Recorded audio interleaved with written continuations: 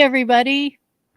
Today, what if, when we're talking about AI, we're not talking about profits or big workplace changes or that kind of thing? We're talking about AI being the turning point on a personal level or a community level. These are stories of AI helping someone access their previous voice that they had, but they'd no longer have because of a degenerative disease, or helping people interpret their own medical situations, or helping people study for something that's really important to them. These, I'm certain, will involve some AI for science stories from Junmi, but today, these are stories about regular people, and I suppose also non-regular people, applying AI technologies to create a positive impact in someone's life, often multiple someone's, quite a lot of someone's. And we're sharing some of our favorite stories today.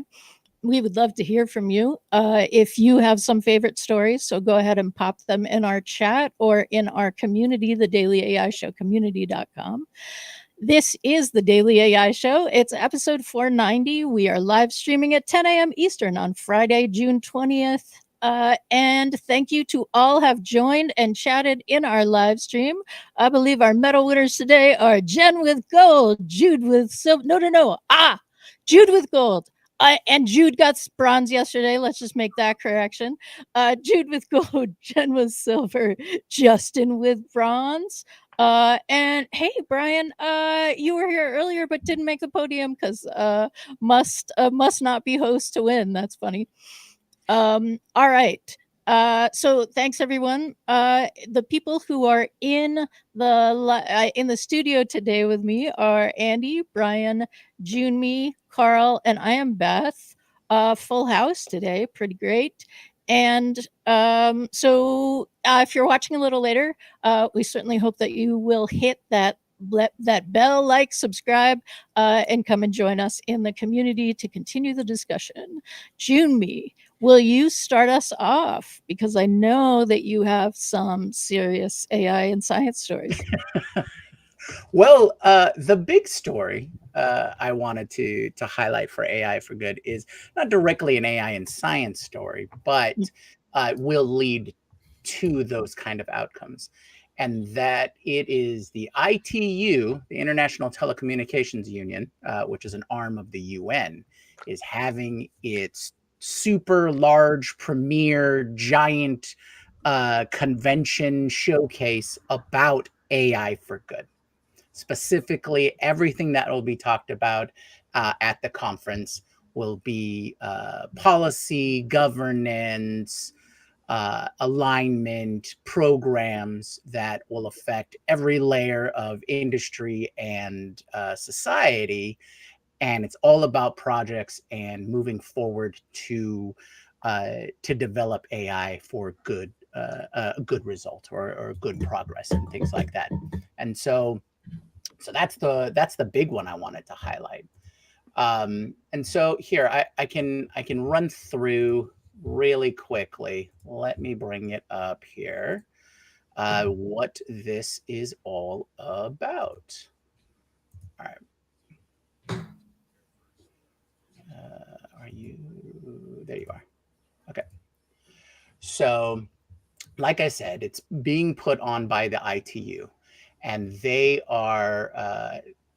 essentially the UN organization for communication and collaboration from all of the various UN countries for telecommunications and digital digital landscape and all of these technological advances in communications and related fields. And so this is going to be a multi-day, like you see, it's essentially 4 days happening in Geneva, where it's both online and in person. So if anybody wants to see what is being put forward by these international organizations, you can sign up online and interact, follow some of the keynotes, what kind of things that these coalitions or groups are putting forward, and the kind of work that they're trying to get done, all for AI for good. Um, some of the specifics that I really enjoyed there was some keynotes where they have an entire track for youth development and education, which I think has been a hot button subject for us in how AI and the next generation of children are going to be using AI or live in a world with AI. And that's something that I know we passionately talk about. So there's a lot of like AI literacy, those kinds of things. And then there's the larger projects that are about sustainability, environmentalism, and how AI can help with those kinds of factors beyond the general. How do we get a higher level of literacy about AI and those kinds of aspects? So Nice. it's such a huge project that I wanted to make sure that we covered that for today. Thanks so much. So does anyone have a weave off of AI for education? Or another story? I'm looking at you guys because I think you often do, but that's just fine. Who has an AI for good story that they would like to share? Who's next? Andy, thank you. Thank you. Yeah, I'll go. So I think most of us would have come across some of the AI for good stories around human health and applications in that space. And I also wanted to look for economic empowerment in underserved regions and communities. How is AI being employed by organizations, whether NGOs or private companies, to try to serve that? So I want to give you an example both of the health application, and then I'm going to talk about an economic empowerment story. And I have several that I'll salt through here, but I think that's an interesting area for discussion about AI and good, because we often talk about how rural and developing countries have a barrier in effect to the application of AI. But there are ways around those barriers. We're thinking, when we think about those barriers, about access to data centers, to technology for communication to those data centers. But there are ways to use edge AI in local and rural communities to produce very great results on behalf of those underserved communities. So let me give you an example of just one of those, and then I want to hit a health one next. I'll be very quick about these. So Harvesting Prosperity in Telangana, India, the Sagu Bagu program harnesses AI to deliver customized crop advice directly to over 7,000 chili farmers. And they get, on a small device, digital dashboards that are delivering through satellite imagery and predictive analytics direction on what to do with planting timing, fertilization, and irrigation. Very simple additions. And the amazing result was this doubled their average income in just one crop cycle. 7,000 farmers, chili farmers, they got an average of $800 per acre additional to what they were doing before. That's a very large increment. Apparently, that was what they were getting per acre for the full crop cycle. Now they're getting 1,600.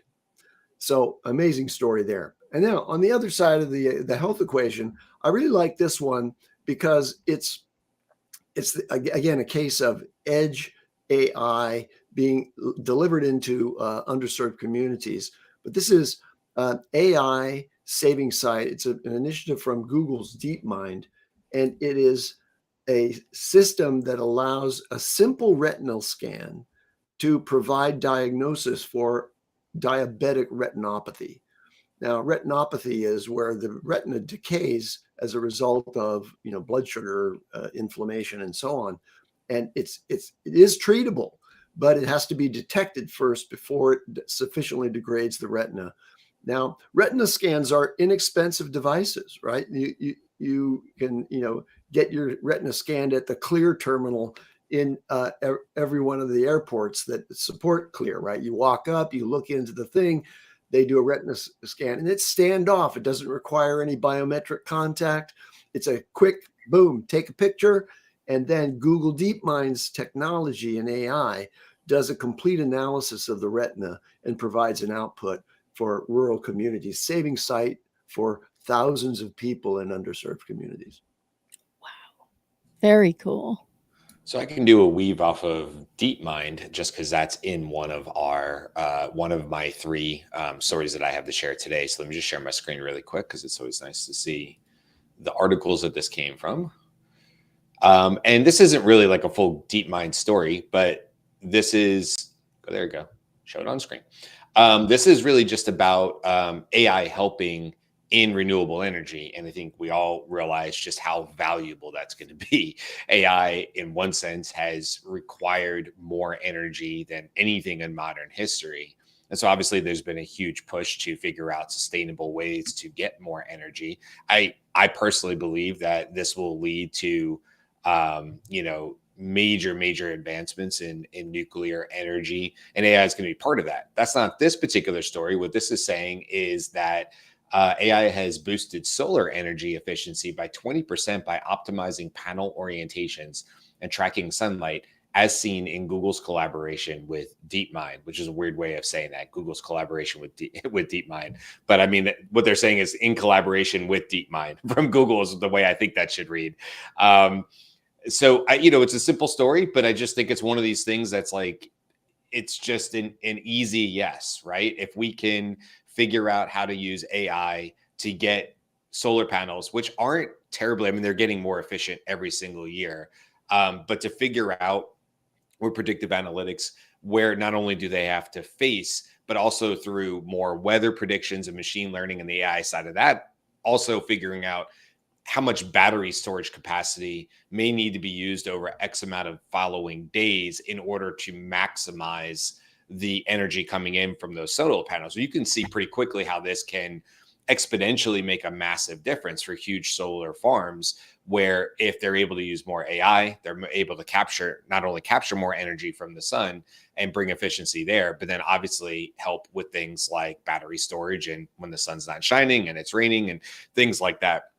And this is just going to be something that's going to be, we're going to see more and more stories about. This is one of many where AI is having a positive impact on getting greater efficiencies in energy.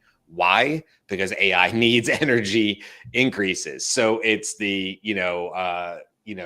chicken or the egg type of thing. What needs to come first, or what did come first?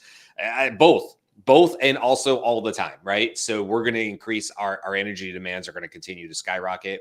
And during that time, hopefully some of these new AI advancements also turn out to bring us some of the most biggest advancements in energy efficiency that we've ever had. And this could be the push to do that, right? How do you get to the moon? Have a space race, right?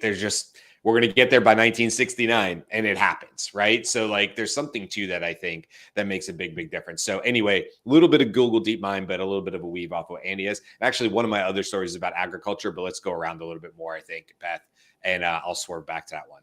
Awesome. Yeah, let me just comment on that, because I think that example of energy, renewable energy collection optimization using AI to interpret the specific conditions in that location at that time can be translated to the smart home. Our homes are, operated by humans with really old technology, and optimizing your consumption of energy in concert with, new technologies like, the smart grid that figures out, what the actual demand is for, a wide range of households, and tries to generate energy from battery storage, or then your local battery storage. Think about an AI built into your home that knows how to smartly engage the battery backups that you have increasingly in homes, right? Solar plus battery in a home, engages that to reduce your consumption from the grid when the cost coming from the grid is higher, right? That could reduce your bill and overall optimize the energy grid. And those kinds of optimization routines are going to be delivered by AI in a much better way than any of the other tools that we've had previously. Awesome. So I'm going to weave off that. And while this is not a smart home technology, this is potentially a smart school hallway technology. I did a bit of research on places and use cases where AI is instrumental in helping people who are diagnosed with cerebral palsy. And in this very cool pilot study, the let's see, yes, the idea is that 8 children with quadriplegic cerebral palsy used a simple EEG headset, and they were starting and stopping a power mobility trainer, and they were able to hit 78% accuracy above the 70% effective use threshold that is typically used. So kids could drive like 1.5 meters on command, proudly showed family, look, I'm steering with my brain. We've seen this with Carl, what is the brain chip that is from Neuralink? Yes, thank you. We've seen this with other things like Neuralink for using your EEG interface or your the embedded chip to be able to move pieces on a chessboard and do things with your computer interface. This was more like, hey, can we pull this into classrooms? Can we pull this into in this? We're talking about kids, but can we pull this into places where people who are reliant on someone else being able to help them, steer them where they need to go? Can we do this if you are not able to use the joystick on a power wheelchair, for example? Can we just do this with you identifying where you want to go? And there's some really great research being done in this. And the result of the study was, yeah, this looks like something that can happen. This is going to move forward. So that's that story. Carl, what do you have? Mine's a little different, but more closer to home. Just because we have lots of wildfires going on, northern Alberta, interior BC, usually in the summer all the time. So, it's more machine learning where I think who is it? Team of Masters student at Hassan II University in Casablanca had their AI-powered system for wildfire prediction and sustainable agriculture, but more focused on it's more of a prediction tool, process historical weather data, temperature, humidity, wind, speed, rainfall, all using real-time satellite imagery from NASA, and forecast potential fire outbreaks with focus on prevention. And so they're hoping to put it in motion to integrate Internet of Things sensors for collecting real-time ground data. So hopefully a little bit more accurate and responsive when wildfires are up. So that's a really quick one. And then I had another one. I didn't say anything because I didn't get it until later. So NVIDIA partnered with Mississippi to advance AI education and workforce development. I was doing a little bit of research that Mississippi has, I think, ranked last year number 49 in the United States of high school graduation rates, and I think only second to West Virginia in terms of bachelor degree graduation rates too. So it's one of I don't know if you could say, like, if it's accurate to say the least educated states in the United States. So I thought that was a really neat thing if you could use AI to kind of accelerate that. So there's an MOU between Mississippi and NVIDIA to position the state as a leader in AI field. So it covers everything from education, research, workforce development, economic development. I thought that's pretty amazing for the state. And yeah, you know what? If you're kind of that low on the poll, on the education poll, might as well, like, why don't you just use AI to just kickstart everything and try to leapfrog everything else. And so I thought it was a neat, by expanding AI education, investing workforce, whatever quote, blah blah blah. I believe small business communities. I think, like, if they do this correctly and try not to get it mired in kind of the layers or bureaucracy that would take to deploy it, and if they deploy it out quickly and early, I think that would have an impact on the state for sure. That's amazing. Delightful. Who's got a next story? One of my other ones was it's sort of in line with what Carl was just talking about as far as as far as wildfires, but mine was just more broad about natural disasters in general.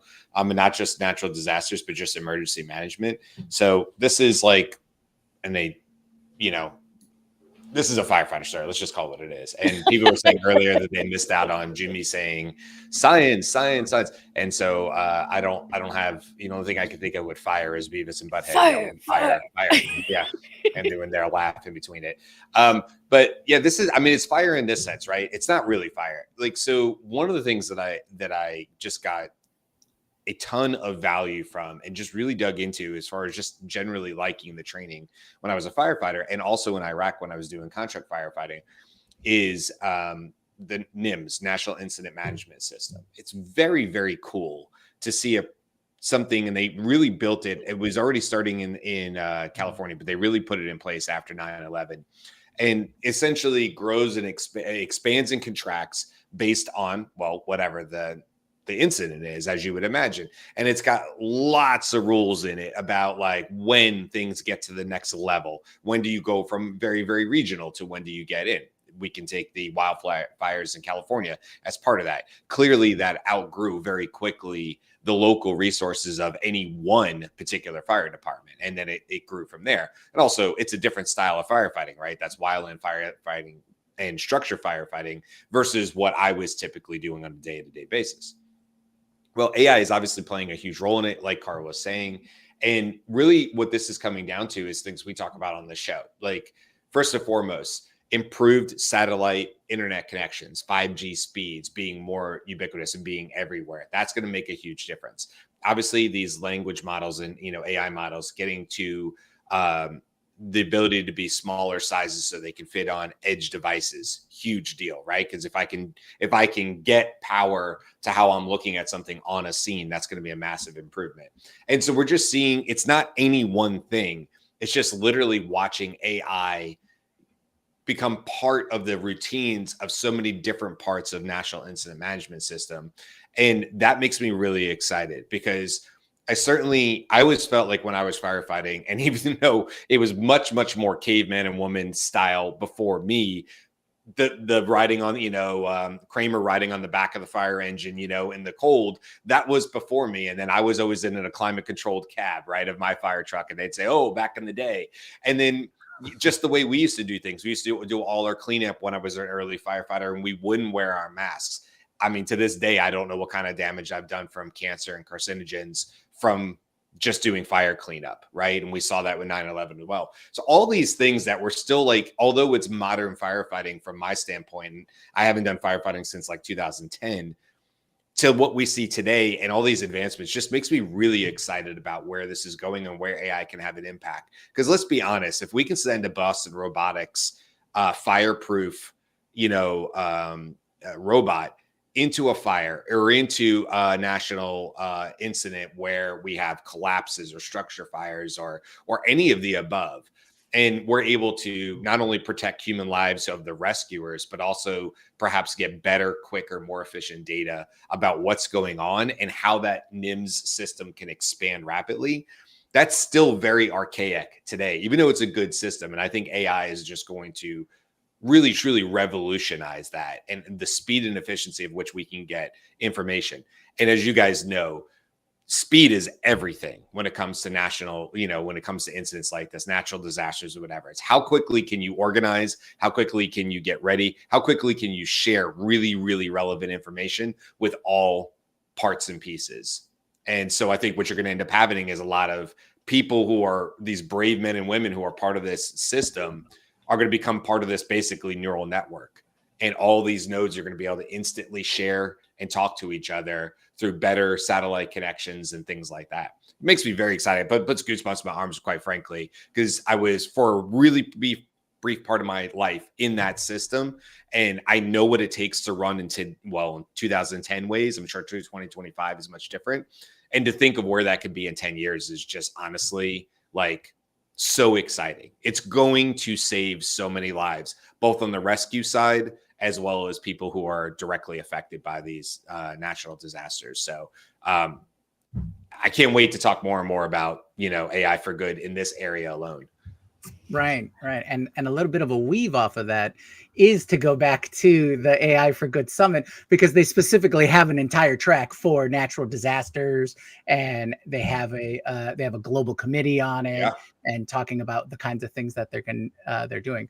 But I also wanted to just highlight a little bit of that is they have also put all of their reports up. So you can go through all of the reports and different aspects of how AI for Good, or the things that the ITU specifically through the AI for Good program is doing reports on these different aspects of industry, climate change, education, and all those kinds of things. So having those reports there, I think, and available for everyone to assimilate, is probably one of the things that I'll probably be going through, or at least having Perplexity and Notebook LM help me go. I was going to say Notebook LM would be an amazing tool for that. Perplexity, yes, but Notebook LM.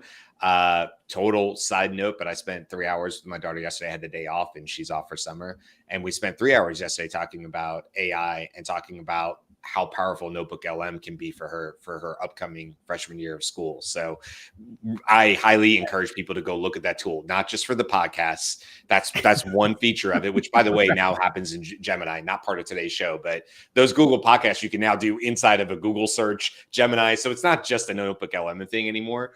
But if that's what you know Notebook LM to be, I highly encourage you to go and be like, well, what do I care about? And then go amass the resources for it. Because like you're saying, Jimmy, it becomes a really efficient way for you to go, well, here are the things that they're sharing that they want to share with everybody through the AI for Good. I can't read every one of those top to bottom, but I can put them in a Notebook LM, and you could write mind maps and notes and all sorts of things that are really valuable to you in a way that's more consumable for you and how you want to learn about it. So anyway, just not a really AI for Good, but kind of, right? Because it's like, hey, go use the tools that can help you, through life and the things you care about. So go check out Notebook LM more is what I would tell you. It's free. Are you using AI? Are you using Notebook LM as an AI for Good in your life? Exactly. Absolutely. Yeah. Absolutely. And that is, I think, part of today's show is not just like the broad strokes of things, but how people are using it specifically in their lives. So not us specifically, we talk about that when we're doing the Be About It show. So June, what do you got next? All right, so I do have an AI in science. AI in science. Okay, and this is actually more in line with AI for Good than just AI for science, and specifically within environmental good and environmental sciences.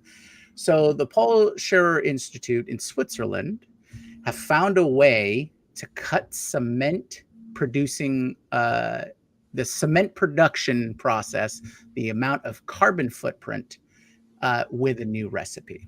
So when I read it, it didn't seem like, what do you mean cement making has a huge carbon footprint? But apparently so much cement is made, it counts for 8% of the world's CO2 production. because the process requires a huge amount of heat generation. And that can't all just be through sustainable electricity or sustainable methods of creating electricity. So a lot of carbon producing fossil fuels are burnt to be able to reach that 1300 Celsius temperature that's needed to produce cement. And because we use cement in everything that we build now, that that's a lot of cement. So basically, these researchers found they redesigned the recipe so that it doesn't require as much of that energy to be produced, and thereby lowering the amount of CO2 that is needed for the entire cement producing industry. So that's a short and sweet AI and science story, but if as long as we can get the process up and running and implemented relatively easily and quickly, and of course it really comes down to how cheaply it can be implemented or inexpensively it can be implemented. That would allow us to drop potentially 8% to the global CO2 production. And that sounds like a real good that AI has helped develop. Excellent. I'd like to offer up the one that I think you referred to at the beginning, Beth. There are a number of them, but this one is interesting. I'm going to share my screen here and tell you the story about this. We talked about this on the show when it was first announced not very long ago. Can you share that screen? Did I share it? Somebody has to launch it up there. There we go. Okay. So this is Ann Johnson.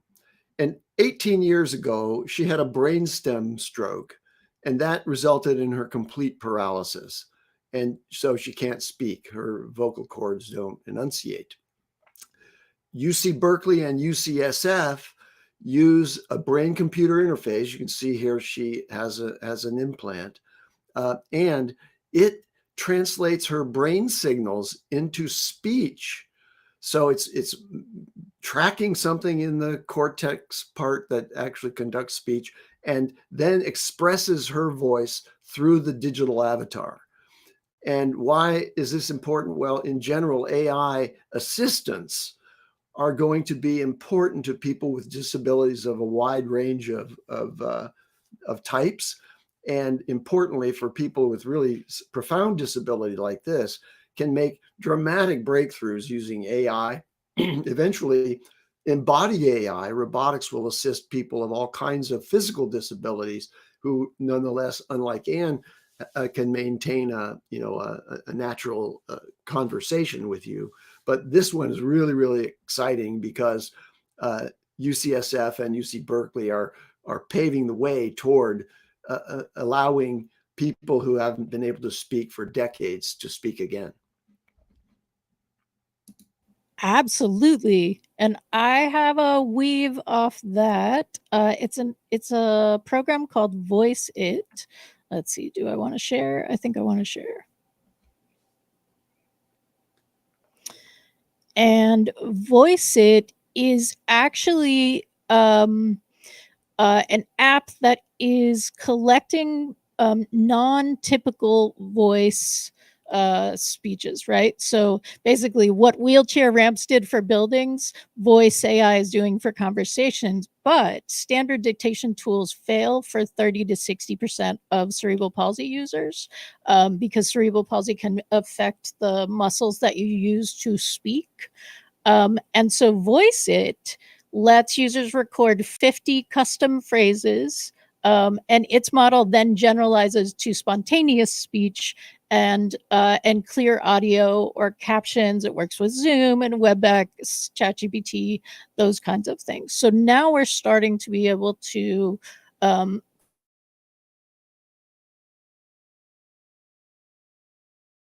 someone is able to use as speech, the sounds that people are able to make, and then connect them to meaning, which, when you think about it, is what AI does a bunch of the time, right? So it's how AI is learning what, baby cries mean or whales mean, or those kinds of patterns. We can see that in these kinds of advances. And this is just really exciting because there are times where, like, that someone is distressed, but you don't know really what is happening for that.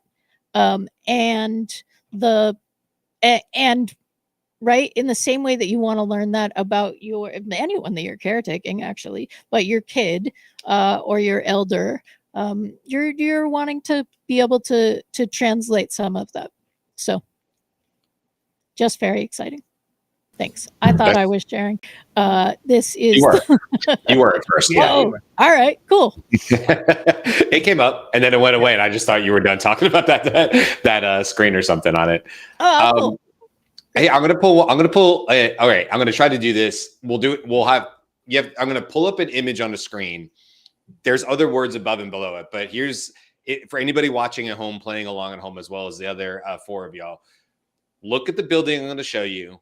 Then very quickly, you don't say it out loud, just take a shot at what you think the building does. Okay. So here we go. I'm going to pull it up on screen. This could be fun for everybody. Show and tell. All right. There's the building really quick. 1, 2, 3. What is that building doing? And I'm guessing you probably wouldn't have said it produces 4 million pounds of strawberries a year. And so This is an area, like Beth's like, nope, that wasn't in my brain. This is all about vertical farming. And this is not something that AI created, but it is something that I think is going to revolutionize the world. And I don't say that lightly. I think this is actually the truth. Now, this is just one company called Plenty. Plenty. And you can see here in the picture, they have basically 30-foot tall, what do they call them? What's the right word for that? Where is it? 30-foot strawberry monsters. Right, basically. I guess they say towers. I thought they had a cool name like plumes or something, but no. Vertical farm, the 30-foot tall towers inside used to cultivate the fruit. Here's the thing. That building I showed you is only 40,000 square feet. It's 40,000 square feet, and they're producing 4 million pounds of strawberries a year. Now, this says so far, Plenty's technology only Driscoll, which you guys might know from the grocery store if you're in the States, varieties of strawberries are able to be grown using Plenty's technology and Driscoll's advanced genetics. And the first batch of strawberries from the vertical farm is set to be available in 2025. This was written in November of last year. I happen to know that this has happened. I just didn't have the updated information on it. They're not the only ones. In fact, I was just watching. I can pull this off the screen now. We saw the thing. I just was watching. Stanley Tucci has a National Geographic show called like Tucci in Italy, and he goes all the different geographical regions of Italy. He speaks Italian. I guess spent time there as a kid or something, as maybe a teenager. And anyway, it's a food show, right? But it's on National Geographic, and I'm a sucker for like just geography and places in the world. And one of the places he went to was a 3-star. It's a popular one. It's a 3-star Michelin restaurant. I think it's the only 3-star in Italy. I might be wrong about that. That is the highest of the high as far as Michelin stars go.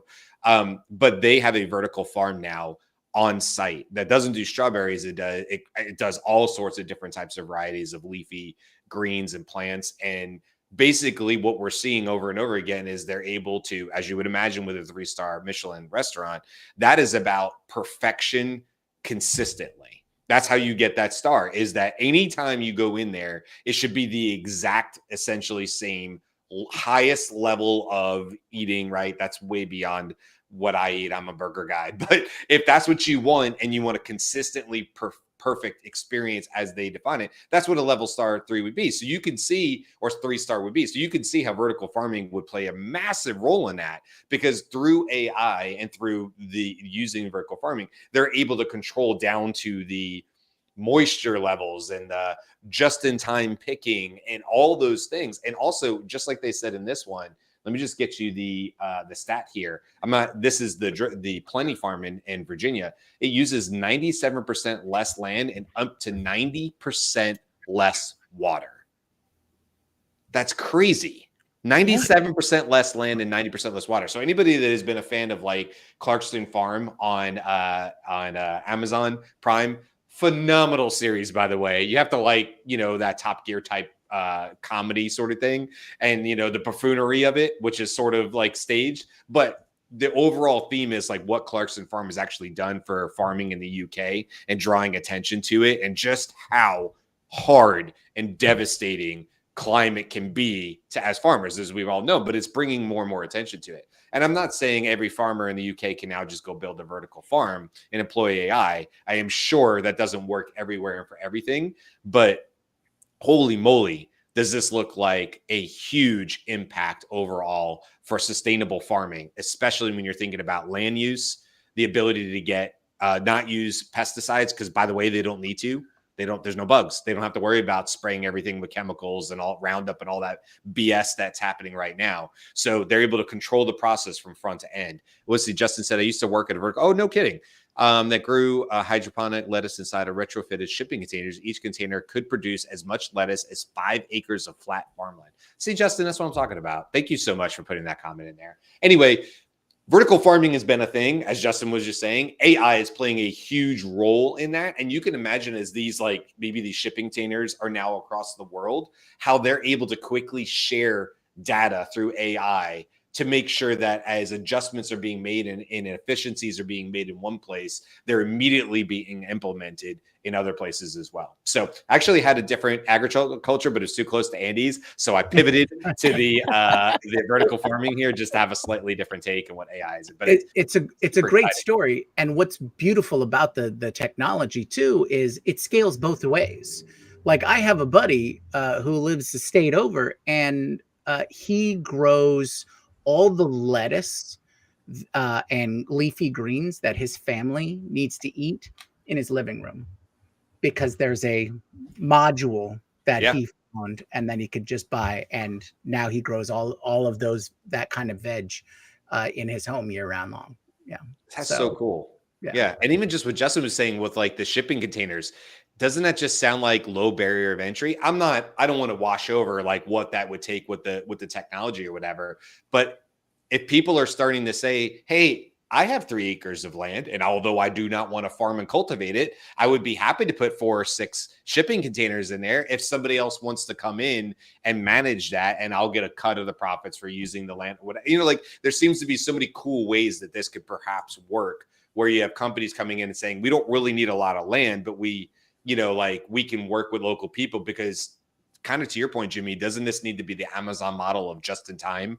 Like it needs to be so ubiquitous across country and across the world that this produce can reach food deserts, places that just do not have access. And God knows in the United States, there's so many places that just do not have access to quality produce, and they're food deserts. And it typically is the places that are, that don't have the money, right? So this could be a really easy way to put really good, high quality, organic produce and other things and fruits in the places that need it and do not have it right now. So let me add a point on that, which is I'm just a few miles away from Watsonville, California, which is where Driscoll is headquartered. Oh, really? And this is the strawberry capital of the world.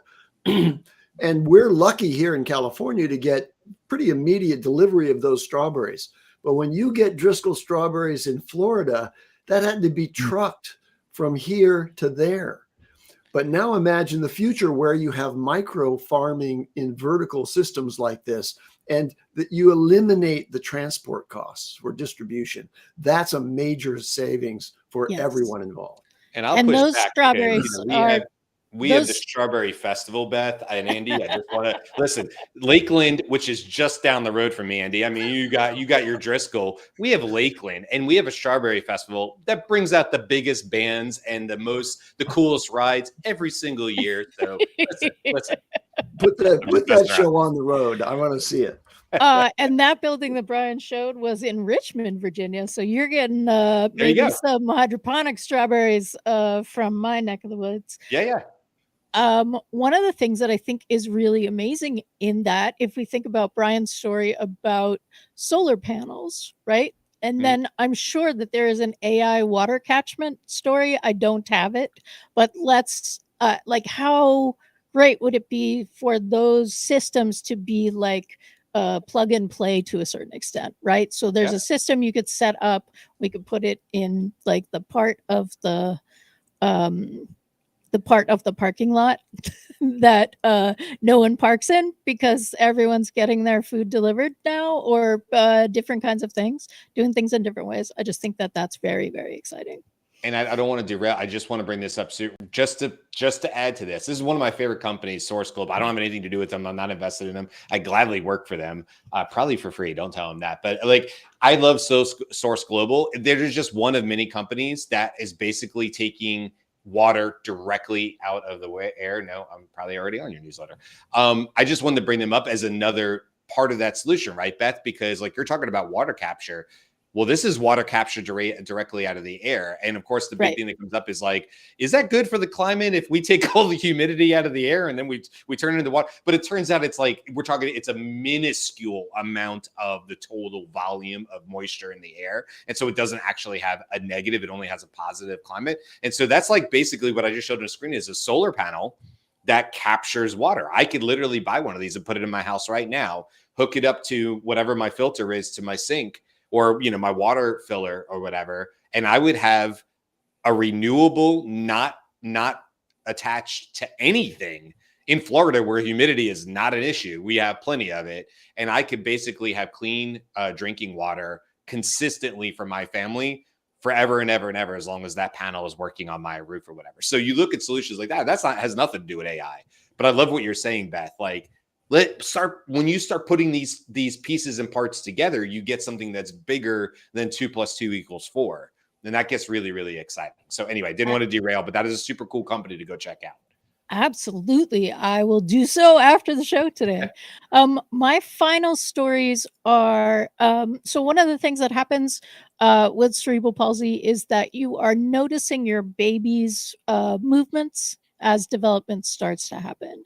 And there is an app called Baby Moves, and it's created by the Murdoch Children's Research Institute. It's been reviewed in a bunch of different ways. It's out of Australia. Murdoch is Australia funder. Also, yes, I believe also that Murdoch, but that's not what we're doing today. And it is for parents with infants, and in research studies or clinical follow-up, and it provides remote access to specialized movement assessment. So this is another theme that I saw when I was looking for things, of being able to get the expert knowledge or the expert research tool to where people are, and then be able to get that information and assessment then delivered out. And this is something that is amazing, right? Early screening gets early intervention, early services. There's a bunch of things that can start to help. My brother was born with cerebral palsy, and he was not early. He was not assessed early, and when we moved to where I grew up, on Martha's Vineyard, he had to go to Boston General, which was a boat ride and a several-hour car trip, and then needed to come back. So these sorts of things are actually hitting home for me as well. So that is that's my story. That's my medical story. That's Who really else? cool. Yeah. Who else? I've got one on the back to the economic empowerment of underprivileged communities. This is about AI-powered microfinance for women entrepreneurs in Kenya. So micro loans are an important part of, developing countries' growth in economy by empowering small-scale enterprise, if you will. That's probably the wrong term. Small scale business. But in order to do that, you have to have some startup capital, and most of the people who are in that small scale and in Kenya don't have long-term credit history that would qualify for bank loans and so on. So there's a company in Kenya called Tala, or it may not be in Kenya, but it's being applied in Kenya. Tala, which uses AI to analyze mobile money transactions from the telephone number of the person who's applying for the loan, instead of requiring a formal credit history. And that is enabling thousands of women to secure small business loans, powering a new wave of female-led entrepreneurship in Kenya. That's awesome. That's awesome. I'm a big proponent for being able to allow more people to get that step up into achieving whatever their goals, plans, dreams, and those kinds of things. And a lot of the issues that we have to be able to uplift more people is we have these established, monolithic steps that you have to climb to be able to to take part in that. And so having a method and a system that is a little more transparent, a little more decentralized, here's an easier way to get past that, as opposed to having to jump through all the hoops that that one needs to even start going, right? So that I think that's a fantastic program. I do. I have one last one. Again, excellent. Going back to the ITU, but let me see if I can share this here. Okay. So going back to the ITU here, let me bring it up. Where am I? Am I sharing it? Oh, there we go. All right. So they have created an app for the AI for Good, what they're calling the neural network. Now, what's great? Of course they are. Of course they are. Yeah. So what is great about this is it allows both the innovator side and the people with the problems that need to be solved can both join this network, right? So it's a networking app that is specifically to try and match innovation and solutions with problems that need to be solved, right? And I haven't downloaded it and used it yet, but it sounds like a great way to get communication and projects started faster. And I think that's a big step. It's just getting it going, getting the conversation going, and moving on any solving the problem or creating a potential solution. Not to mention that you'll be in great company because you all have the same general idea of what you want to use things or use AI for good. So I think this will be a good this will be a good thing. And I think anyone who's interested in even promoting, or not necessarily promoting, but pushing forth a solution or creating a solution that they might have and presenting it to everyone. So that's so if they get some eyes on their potential solution or problem that they need solved. Love it. That's amazing. So I'm going to wrap up unless somebody is waving at me. No one is waving at me. Excellent. So that does it for our AI for Good show. Today we have other shows. So we have a vibe coding show coming up at noon. We have the sci-fi AI show coming up at 4. Of the vibe coding project is coding our MVP of our website. And the sci-fi AI show is talking about the replicator today, which it won't be the last time we're talking about the replicator for sure, but the show is on replication. And we would love to hear from you. If you know of AI for Good stories, if you've got one, if you are using for AI for Good in your life, please go to our community and share it with us. And if you like the show and want us to continue them, give us that feedback as well. This is always something that I'm looking for, and Andy and Junmi and I occasionally secretly in news episodes, like, can we outdo each other on the positive news story? So that is a little behind the scenes. Thanks, everyone. And continue the conversation with our excellent chatters in our community. See you next week. No, see you in 2 hours. June, give me the aloha. Sorry. Aloha.